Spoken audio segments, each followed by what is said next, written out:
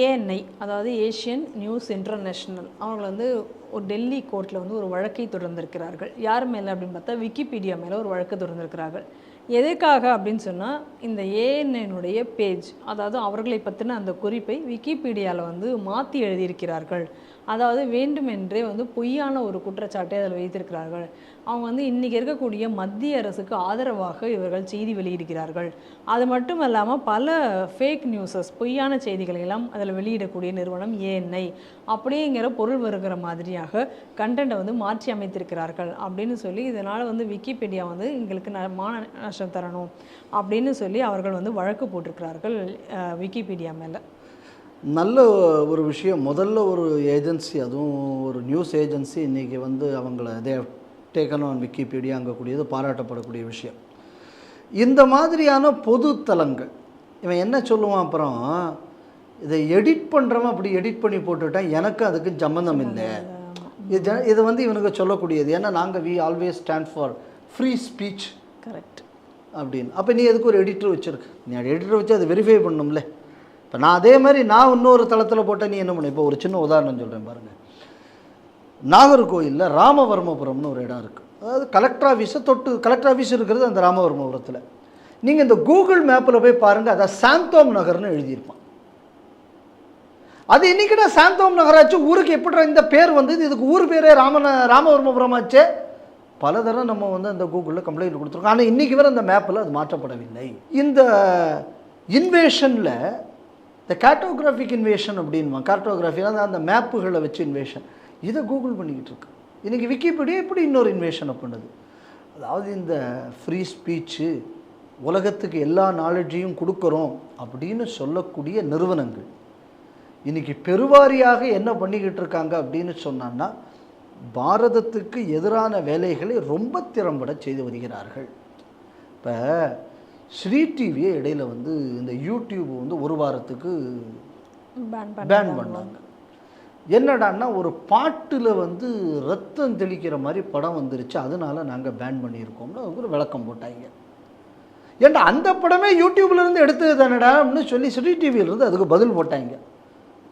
உடனே என்ன பண்ணாங்க, எங்கள் ஆட்கள், அதாவது அவங்களுக்குள்ள அந்த ஜூரி, நாங்கள் பார்த்துக்கிட்டு பதில் சொல்கிறோம்னு எங்கள் ஏஐ பண்ணினது சரிதானு அந்த ஜூரி அங்கேருந்து ஒன்று அனுப்பிச்சு. அப்போ சரி, அப்போ இதே மாதிரி உள்ள வீடியோக்கள் என்னென்னலாம் அங்கே இருக்கோ அதை அவ்வளோத்தையும் நீ டெலிட் பண்ணியா? இல்லை, அது இன்னைக்கு இருந்துக்கிட்டு தானே இருக்குது. ரைட்டா?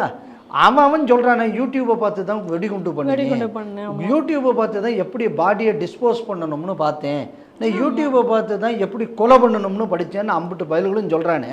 அப்போ இம்புட்டு வீடியோ அந்த யூடியூப்பில் இருக்கக்கூடியது ஏன் அதெல்லாம் யூடியூப் கண்ணுக்கு தெரியலை? ஏன்டா ஸ்ரீ டிவியில் உனக்கு என்னடா பிரச்சனை? அப்போ நம்ம எதை கவனிக்கணும்னு என்ன சொன்ன, ஏஐ பண்ணிடுச்சு. அப்போ ஏஐக்கு மேலே அப்பீல் பண்ண என்ன பண்ணுற? அது எங்கள் ஆளுக வந்து மேனுவலாக பார்த்துட்டு சொல்லுவாங்க, மேனுவலாக பார்த்தவன் அவன் பண்ணு சரி தாங்கிறான். அப்போ நம்ம எதை கவனிக்கணும் அப்படின்னா, இந்த மாதிரி விக்கிபீடியா, யூடியூப்பு, கூகுள் இதிலெல்லாம் இந்த மேனுவலாக இருந்த இந்த ஃபைனலாக இந்த கண்டென்ட்டை பார்க்கக்கூடியவர்கள் இடதுசாரி ஜிஹாதி சிந்தனை உள்ளவர்களாக இருக்கிறார்கள். அப்போது ஃப்ரீ ஸ்பீச்சுன்னு ஒரு பக்கம் சொல்லிட்டு நீ அதில் பொய்யப்படல் பண்ணுற. நீ பொய்யப்படல் பண்ணிவிட்டு ஒரு ஏஜென்சி பொய்யான ஏஜென்சின்னு நீ அடுத்துக்கு மேலே குற்றச்சாட்டும் சொல்கிறாய். இது எப்படின்னா, நம்ம நாட்டில் சொல்லக்கூடிய மதச்சார்பின்மை மாதிரி. மதச்சார்பின்மை எதுடா? மதச்சார்பின்மை, கோயிலுக்கு போனால் நீ பணம் கொடுக்கணும், ஹஜ்ஜுக்கு போனால் அரசு உனக்கு பணம் கொடுக்கும், இதுக்கு பேர் தான் மதச்சார்பின்மை. இதுதான் நம்ம நாட்டோட மதச்சார்பின்மை. பள்ளிக்கூடம் தொடங்கணும், என்னடா பள்ளிக்கூடம் தொடங்கணும்? பத்மபிரியா பள்ளிக்கூடம் தொடங்கியாச்சுன்னா அதுக்கு இம்புட்டு கண்டிஷன். இதே இது பத்மபிரியா ஃபௌசியா பேகமாக மாறியாச்சுன்னா உனக்கு எந்த கண்டிஷனும் கிடையாது. ஆனால் மதச்சார்பின்மை அப்படி பொதுவாக இருக்கலாம். இதே மாதிரி தான் இந்த பொதுத்தளங்களும். ஹிந்துக்களுக்குன்னா ஒரு நியாயம், தேசியத்துக்கு ஒரு நியாயம். அது நியாயமாக இருந்தாலும் அது அந்நியாயம் என்று எழுதுவார்கள். ஒன்றும் கிடையாது. இடையில ஒரு சின்ன ஒரு உதாரணம் சொல்கிறேன்.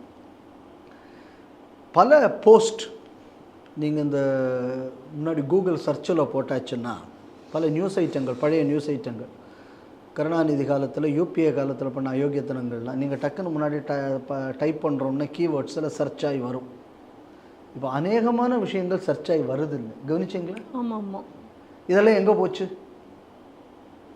உலகத்தில் இருக்கிற எல்லா உண்மையும் மக்களுக்கு கொடுப்பது தானே நீங்கள் உங்கள் தொழிலே. கண்டிப்பாக. அப்போ அதெல்லாம் ஏன் காணாமல் போச்சு, ஏன் வருதில்லை?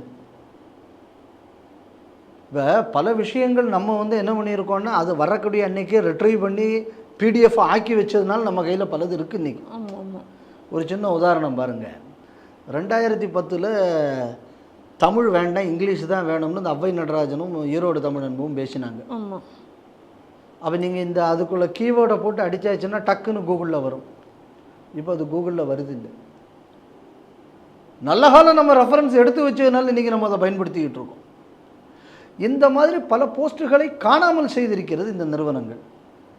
அப்போ இந்த நிறுவனங்கள் எல்லாம் ஒரு நாட்டோடு பாலிட்டிக்ஸ்லையோ இல்லைன்னா ஒரு நாட்டோட சோஷியல் லைஃப்பையோ மாற்றுவதற்காக வேற ஒரு நாட்டுக்குள்ளே கைக்கூலிகளாக செயல்படுகிறார்களா இல்லையா? நிச்சயமாக. இந்த விஷயத்தை தான் நம்ம தொடர்ந்து சொல்லிக்கிட்டு இருக்கோம். எனக்கு அதில் இந்த மத்திய அரசுக்கு மேலே கூட ஒரு வருத்தம் உண்டு. இந்த யூடியூப்பு ஃபேஸ்புக்கு இவனுங்கள்லாம் இந்த அயோக்கியத்தனம் பண்ணியாச்சுன்னா அதை முறையிடலாம்னு சொல்லி இவங்க ஒன்று ஆரம்பித்தாங்க இல்லையா? ஆரம்பித்தாங்க. பேப்பர்லலாம் பெருசாக வந்தது. அது இன்றைக்கி வர அதுக்கு லிங்கே கிடையாதுங்க. ஆமாம். இன்னைக்கு வரைக்கும் அது ஃபார்முலாக ஆரம்பிக்கப்படவில்லை. ஃபார்முலாக இன்றைக்கி வர நீங்கள் இப்போ எங்கே கம்ப்ளைண்ட் லாட்ஜ் பண்ண முடியும்? நீங்கள் ஆரம்பிச்சார்ல இப்போ அந்த எங்கே இருக்குது அந்த லிங்க்கு? இப்போ அடுத்த கேள்வி என்ன வருதுன்னா இன்றைக்கி ஏஎன்ஐ கேஸ் போட்டிருக்காங்கல்ல. இப்போ இதே மாதிரி நாங்களும் ஒவ்வொரு ஆளுமா போட முடியாது. ஏஎன்ஐட்ட காசு இருக்குது, வக்கீல் இருக்காங்க, சுப்ரீம் கோர்ட்டு ஹைகோர்ட்டு காசு கொடுப்பாங்க. நம்மளை மாதிரி உள்ளவன் என்ன பண்ணுவான்? அப்போ இதை செய்கிறோம்னு சொல்லி இந்த அரசு சொல்லிச்சே, இன்றைக்கி அதை ஏன் இந்த அரசு செய்யலை? அப்போ இந்த கான்ஸ்பிரசியில் பாரத அரசின் டிபார்ட்மெண்ட்டுகளும் உடந்தையாக இருக்கிறார்களாங்கக்கூடிய கேள்வி இன்றைக்கி நாம் முன்வைக்க வேண்டிய ஒரு கட்டாயத்தில் நாம் இருக்கிறோம். பயங்கரவாதத்தை பற்றின அவன் சொன்னால் அதை கோட் பண்ணி போட்டால் இந்த போஸ்ட்டு காண மாட்டேங்குது. பச்சை பச்சையாக கெட்ட வார்த்தை போட்டு திட்டுறான், ஆனால் அந்த போஸ்டெல்லாம் இருக்கு. அப்போ இந்த நிறுவனங்களில் தணிக்கை செய்யக்கூடிய இடத்தில் யார் இருக்கிறார்கள்? இப்போ புதுசாக வந்திருக்கிற அந்த ஏஐயில் கூட இது போன்ற விஷயங்கள் நிறைய, அதாவது இந்து கடவுள்களை வந்து திட்டும் விதமாக கேவலப்படுத்தும் விதமான கண்டென்ட்டுகள்லாம் நிறைய வருகின்றன. அதே நேரத்தில் மற்ற மதங்களுடைய விஷயங்கள் எல்லாம் வந்து அது போல் வருவதில்லை அப்படிங்கக்கூடிய ஒரு குற்றச்சாட்டையும் கூட மக்கள் வைத்து வருகிறார்கள். மக்கள் வைத்திராமல் இதை பலர் அதை செக் பண்ணி பார்த்துருக்காங்க. செக் பண்ணும்போது இது நடந்திருக்கிறது. அதாவது டெக்னாலஜியை எதற்கு பயன்படுத்துகிறார்கள், இதுதான் ரெண்டு வித்தியாசம் இந்திய சித்தாந்தத்துக்கும் மேற்கத்திய சித்தாந்தத்துக்கும். நம்ம நாட்டில் வந்து கல்வி ஞானம் வளரக்கூடிய நேரத்தில் நம்ம வந்து இந்த மாதிரி எதையும் ரெஸ்ட்ரிக்ட் பண்ணலை. விமர்சனம் செய், விமர்சனத்துக்கு பதில் சொல்கிறேன், அப்படி என் விமர்சனம் தோற்றால் இன்னும் கருத்தை நான் ஏற்றுக்கொள்கிறேன். இந்த தைரியம் இந்த நாட்டில் உள்ள சித்தாந்தத்துக்கு இருந்தது, ஹிந்து சித்தாந்தத்திற்கு. ஆனால் இன்றைக்கி இதெல்லாம் கண்ட்ரோல் பண்ணக்கூடிய கிறிஸ்டிய சித்தாந்தத்துக்கோ துலுக்க சித்தாந்தத்துக்கோ கம்யூனிஸ்ட் சித்தாந்தத்துக்கோ இது கிடையாது. நான் என் பாதம் மட்டும்தான் சரி. இதை ஆக்கக்கூடிய மனிதர்களை பொறுத்தது. கத்தி டாக்டர் கையில் இருக்கா கொலகாரன் கையில் இருக்காங்கக்கூடியதில் தான் வித்தியாசம் இருக்குது. கத்தி தான். Technology is going to be the same. இந்த டெக்னாலஜியை யூஸ் பண்ணுறவன் யார்? இந்த பார்வை இன்றைய பாரத அரசுக்கு எவ்வளவு தூரம் இருக்கிறது என்பது எனக்கு தெரியலை. இன்றைக்கி ஏஎன்ஐ கேஸ் வந்ததுனால இது இருக்குது. அப்போ நீங்கள் ஆரம்பித்த அந்த டிபார்ட்மெண்ட் இன்றைக்கி செயல்பட்டுருந்தால் இன்றைக்கி எவ்வளவோ விஷயங்கள் நீங்கள் வந்து இன்றைக்கி யூடியூபையோ இவங்க மேலேயே நீங்கள் ஒரு ஸ்ட்ரிக்சர்ஸ் பாஸ் பண்ணால் அதை வச்சு காம்பன்சேஷன் போய் காசு வாங்குறது ஈஸியாக இருக்கும். அப்படி ஒரு ஊருக்கு 100 பேர் இந்த மாதிரி இவன் பண்ண அயோக்கியத்தனத்தை பற்றி போட்டான்னா காசு கொடுக்க வழி இல்லாமல் ஒன்று இந்தியாவை விட்டு ஓடுவான், இல்லைன்னா நியாயமாக தான் நடக்கணும்னு வருவான். இந்தியாவை விட்டு ஓட மாட்டான், ஏன்னா இது ஒரு பெரிய மார்க்கெட்டு. இங்களவு கண்டென்ட் அவங்களுக்கு எங்கேயும் ஜென்ரேட் பண்ண முடியாது. ஸோ நியாயமான ஒரு வழிக்கு வருவான்.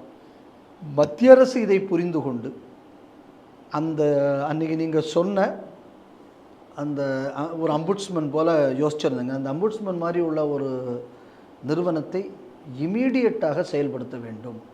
அதேமாதிரி நான் சொன்னேன்ல, ராமவர்மபுரம் சாந்தோம் நகராக மாறியது. அந்த மாதிரியான இந்த மேப்பை வைத்து கொண்டு பண்ணக்கூடிய இந்த அயோக்கியத்தனங்கள் இது எல்லாம் கட்டுப்படுத்தப்பட வேண்டும். இதுக்கு அந்த மாதிரி ஒன்று இருந்ததுன்னா நாங்கள் இந்த மாதிரி பண்ணினோங்க, ஊர் பேரை மாற்றிருக்கேன். அப்போ நாளைக்கு என்ன பண்ணுவான்? நாளைக்கு திடீர்னு எடலாக்குடிய போய் பாகிஸ்தான் கொஞ்சம் மேப்பில் போட்டாலும் போடுவான். கண்டிப்பாக. திருவிதாங்கோட சவுதி அரேபியான்னு போட்டாலும் போடுவான். மேலப்பாளையத்தை கூவைட்னு எழுதினாலும் எழுதுவான். ஏன்னா இதுக்கே பண்ணவன் அதுக்கும் செய்ய மாட்டான். அப்போ இந்த மாதிரியான அயோக்கியத்தனங்களை தட்டி கேட்பதற்கு இந்த நாட்டில் ஒரு அதிகார மையம் என்பது தேவையா இல்லையா? நிச்சயமாக தேவை. இந்த சட்டத்தை கொண்டு வந்தோடனே காங்கிரஸ்காரன் சொன்னான் it is against freedom of இது.